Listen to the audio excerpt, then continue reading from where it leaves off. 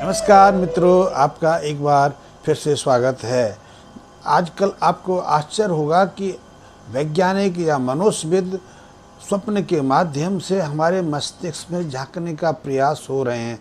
प्रयास हो ही नहीं रहे, हम इसमें काफ़ी कामयाब भी हुए हैं कि जब स्वप्न में हम कई चीज़ें देखते हैं तो हम विस्मयकारी हो जाते हैं। उन स्वप्नों की चीज़ों को देखकर हमें बहुत आश्चर्य होता है कि जिस स्थान को, जिस विषय को हम नहीं जानते, उस विषय को या उस स्थान को भी हम स्वप्न के माध्यम से देख लेते हैं। या आपको आश्चर्य लगेगा कि बहुत सारी वैज्ञानिक जो शोध हैं स्वप्न के माध्यम से ही संभव हो पाई, और बहुत सारे जो रहस्य हैं जो अभी तक सुलझे नहीं, उनको खोलने का प्रयास भी स्वप्न के माध्यम से हो रहा है। दरअसल जब हम रात गहरी नींद में होते हैं तो हमारे मन, जो भारी मन है, जो हमारी चेतना है, वो तो सुषुप्ति में चली जाती है, और चेतना के साथ हमारी जो इंद्रियां हैं, हमारे जो भारी अंग हैं, वो भी सुषुप्ति में या गहरी बेहोशी में चले जाते हैं, शिथिल पड़ जाते हैं। लेकिन इसके साथ हमारी अवचेतना, अंत चेतना,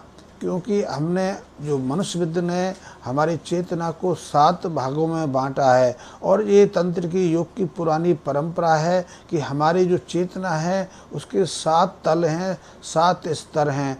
पहले तल जिसको हम चेतना कहते हैं वो सांसारिक तल है, उसको हम बुद्धि कहते हैं, और जिसका विकास, जिसको हमने अपने संसार में आने के बाद अपने ज्ञान विवेक से, अपने पढ़ने लिखने से, या सीख के, या पुस्तकों के माध्यम से निर्मित किया होता है। तो इस चेतना का स्वप्न पहुँचते शिथिलीकरण होने लगता है, यानी ये हमारी वह चेतना स्वप्न के साथ में तो सुषुप्ति में चली जाती है। जब हम गहरी नींद में होते हैं तो हमारा शरीर ही शिथिल नहीं होता, हमारे इंद्रियां ही शिथिल नहीं होती, हमारी बाह्य चेतना भी शिथिल हो जाती है, बेहोशी में चली जाती है। लेकिन इसके साथ एक अद्भुत कार्य होता है, एक अद्भुत परिणाम निकलता है कि जो हमारी अंत चेतना है, जो जागृति के दौरान सुषुप्ति में रहती है, जो सुषुप्ति से बाहर नहीं आ पाती, वो अचानक नींद के माध्यम में, जब हम गहरी अवस्था में होते हैं तो वो जागृत होने लगती है।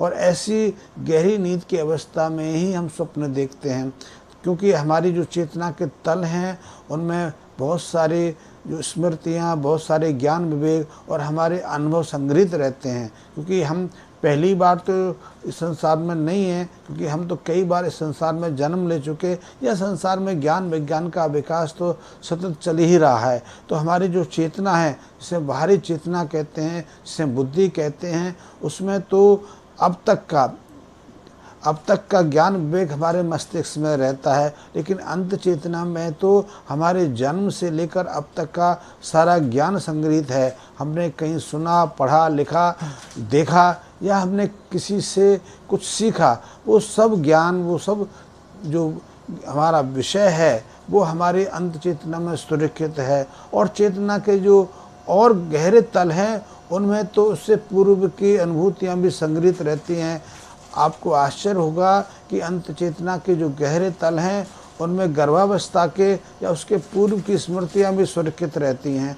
और जब चेतना के और गहरे तलों में जाते हैं तो उसके साथ में पूर्व जीवन जन्म की जो स्मृतियाँ हैं, जो अनुभूतियाँ हैं, जो ज्ञान विवेक है, या जो वहाँ उस जीवन में हमने कर्म किए या बुद्धि विवेक से जो ज्ञान ग्रहण किया, उसकी अनुभूतियाँ भी सुरक्षित रहती हैं। और चेतना का जो अंतिम सबसे शीर्ष तल है, जिसे हम निर्वाण कहते हैं, मोक्ष कहते हैं, या पराशक्ति से मिलन का समय कहते हैं, उसकी अनुभूतियाँ तो बहुत विस्तृत हैं, बहुत विशाल हैं, और उसके बारे में तो जानना, कहना या सुनना बहुत हमें आश्चर्यचकित लगेगा, अलौकिक लगेगा। तो उसकी बात नहीं कर रहा, लेकिन जो अंत चेतना हमारी है, जो बाहरी चेतना का गहरा तल है, जिसे अंत चेतना कहते हैं, वो गहरे जो नींद की अवस्था में वो जागृत होती है। वही गहरी अंत चेतना हमें नींद की अवस्था में सुरक्षित भी रखती है, हमारी जो इंद्रियां हैं उनको भी क्रियान्वित रखती है। अन्यथा नींद की गहरी अवस्था में हमारी बाहरी चेतना, बाहरी जो जो इंद्रियां हैं वो सुसुप्ति में चली जाती हैं। इसलिए आप देखते हो कि हम गहरी नींद में होते हैं तो नाक से हम गंध का अनुभव नहीं कर पाते। हाँ, बहुत गहरी गंध हो जो हमारे नाक में पहुंचकर किसी तरह की उत्तेजना पैदा करने लगे, हमें खांसी आने लगे, छींक आने लगे या गले में खारिश अनुभव होने लगे, तो हम अनुभव कर सकते हैं नींद में। अन्यथा नींद में हमें कोई किसी तरह की गंध की अनुभूति नहीं होती। इसी तरह नींद में हमारे कान, वैसे तो कान खुले रहते हैं, लेकिन नींद में हमारे कान कार्य करने से अपने को रोक लेते हैं। इसलिए हम ऊंची से ऊंची ध्वनियों को भी नींद में नहीं सुन पाते। आपने स्वयं अनुभव किया होगा, आपने रेलवे की यात्रा की होगी, रेलवे में रात को आप बर्थ पर सोते हैं तो ध्वनि तो आती रहती है, क्योंकि जो रेल चलती है तो उसके आसपास बहुत सारा तीव्र ध्वनि होती है, वो हमें नींद की अवस्था में दिखाई नहीं देती। इसी तरह नींद में हमारे जो आँख हैं वो पलकों से छिपे तो रहते हैं, लेकिन पुतलियाँ हमारी गतिमान रहती हैं, लेकिन उस अवस्था में हमें दिखाई नहीं देता। तो नींद में हमारी इंद्रियां यथावत रहती हैं, लेकिन वो कार्य नहीं करती। लेकिन जो हमारी अंतस की चेतना, अंतस की जो इंद्रियां हैं वो नींद की अवस्था में भी सक्रिय रहती हैं, और उसी के माध्यम से हम स्वप्न में देखते हैं या अपने शरीर की सुरक्षा भी करते हैं, या हमारे जो अंग हैं, क्योंकि नींद में भी हमारा पाचन तंत्र कार्य करता है, फेफड़े श्वास लेते हैं, हृदय धड़कता रहता है, लीवर अपना कार्य करता रहता है, और शरीर के जो अन्य अंग हैं वो यथावत रहते हैं। तो उनको नियंत्रण करने का कार्य यही अंत चेतना करती है। तो अंत चेतना नींद में सक्रिय हो जाती है, और उसी अवस्था में स्थूल शरीर और सूक्ष्म शरीर का संबंध भी कुछ क्षण के लिए अलग हो जाता है, संबंध टूट जाता है। ऐसी अवस्था में जो सूक्ष्म शरीर है, जो अंत चेतना की ही एक परछाई है, वो स्वतंत्र होकर पूरे ब्रह्मांड में घूमने लगता है। ऐसी अवस्था में हम दूसरों के विचार भी पढ़ लेते हैं, या कहीं कुछ घटना घटित हो रही है उसको भी देख लेते हैं, अनुभव कर लेते हैं, या कोई समस्या हमारे सामने आ रही है, या कोई चीज़ हमसे छुप गई है, या हम किसी चीज़ के विषय में जानना चाहते हैं और वो जानने का हमारे पास कोई माध्यम नहीं है, तो हम अंत चेतना के माध्यम से या उस सूक्ष्म शरीर के माध्यम से उसे जान भी लेते हैं, देख भी लेते हैं, और स्वप्न के माध्यम से हम उसे स्मरण भी रखते हैं। इसीलिए गहरी नींद के बाद कोई व्यक्ति जब अचानक जागता है तो उसे स्वप्न की बहुत सारी बातें याद भी रहती हैं। लेकिन दुर्भाग्य ये है कि आज के समय हम गहरी नींद का आनंद भी नहीं ले पा रहे हैं, क्योंकि 40% लोग तो ऐसे हैं जिनको नींद आती नहीं। नींद के लिए वो कई तरह के व्यसन सेवन करते हैं, कई तरह की दवाएं लेते हैं, कई तरह के प्रयास करते हैं, फिर भी उनको नींद नहीं आती। और 40% लोग ऐसे हैं जो गहरी नींद में प्रवेश ही नहीं कर पाते। गहरी नींद में प्रवेश नहीं कर पाते, इसलिए वो प्रातःकाल जब नींद से उठते हैं तो अपने को तरोताज़ा अनुभव नहीं करते, स्फूर्तिवान अनुभव नहीं करते।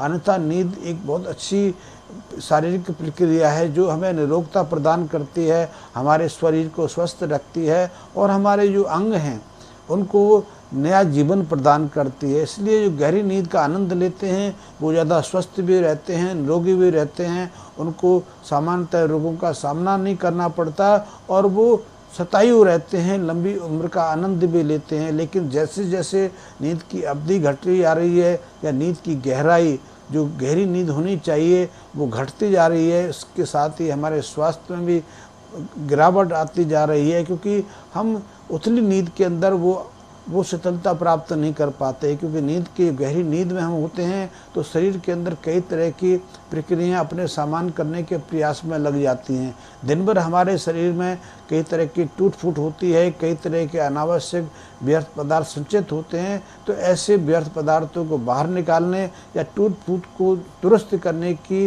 एक प्रयास भी नींद के दौरान होता है। लेकिन हम गहरी नींद का आनंद ले नहीं पाते, इसलिए हम में से ज़्यादातर लोग अपने को ना तो स्वस्थ और तरोताज़ा अनुभव करते हैं, बीमार पड़ने लग जाते हैं। इसीलिए हमारे शरीर पर शीघ्रता से बुढ़ापा हावी होने लगता है। लेकिन यदि गहरी नींद में जाते हैं तो हम न केवल स्वस्थ रहते हैं, बल्कि एक चीज़ का और भी प्रयास कर लेते हैं, वो है स्वप्न का अवलोकन। स्वप्न के माध्यम से हम कई चीज़ों को जान सकते हैं और आज इस पर फिर से कार्य हो रहा है। दुनिया के कई इंस्टीट्यूट्स हैं इसमें स्वप्न को लेकर गहरे अध्ययन अनुसंधान के कार्य चल रहे हैं और इनके माध्यम से कई तरह की समस्याएं सुलझाने या कई तरह के रहस्यों का पता लगाने का प्रयास हो रहे हैं।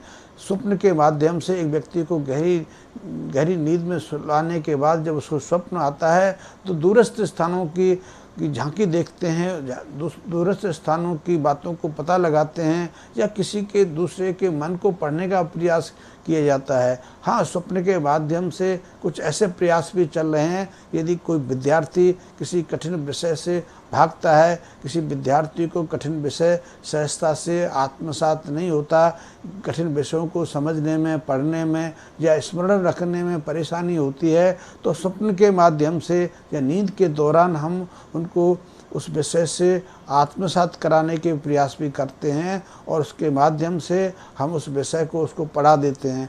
कई दुनिया की सेनाएं ऐसी हैं जो अपने सैनिकों को प्रशिक्षित करने के लिए नींद और स्वप्न का सहारा ले रही हैं। भारत में यद्यपि ऐसे प्रयास नहीं हैं, लेकिन शीघ्र ऐसे प्रयास भारत में भी संभव हैं, क्योंकि भारत भी दुनिया में वैज्ञानिक या जो उन्नति की जो गति है उसमें पीछे नहीं रहना चाहता। तो भारत में भी स्वप्न को लेकर, नींद को लेकर अब कुछ जगह अध्ययन अनुसंधान के कार्य हो रहे हैं। लेकिन आप गहरी नींद में जाने का प्रयास कर सकते हैं या फिर आप गहरी नींद का आनंद लेके स्वयं स्वप्न को साक्षात करना चाहते हैं, तो उसके लिए दो माध्यम आपके लिए सहज हैं। एक हिप्नोटिज्म कहते हैं, हिप्नोसिस कहते हैं, सम्मोहन कहते हैं। सम्मोहन के माध्यम से भी हम अपनी अंत चेतना को जागृत कर सकते हैं, क्योंकि सम्मोहन में जब एक व्यक्ति को हम नींद में सुलाते हैं तो उसकी बाह्य चेतना तो सो जाती है, शरीर शिथिल पड़ जाता है, लेकिन उसकी अंत चेतना जागृत हो जाती है, उसका चेतन मन सक्रिय हो जाता है।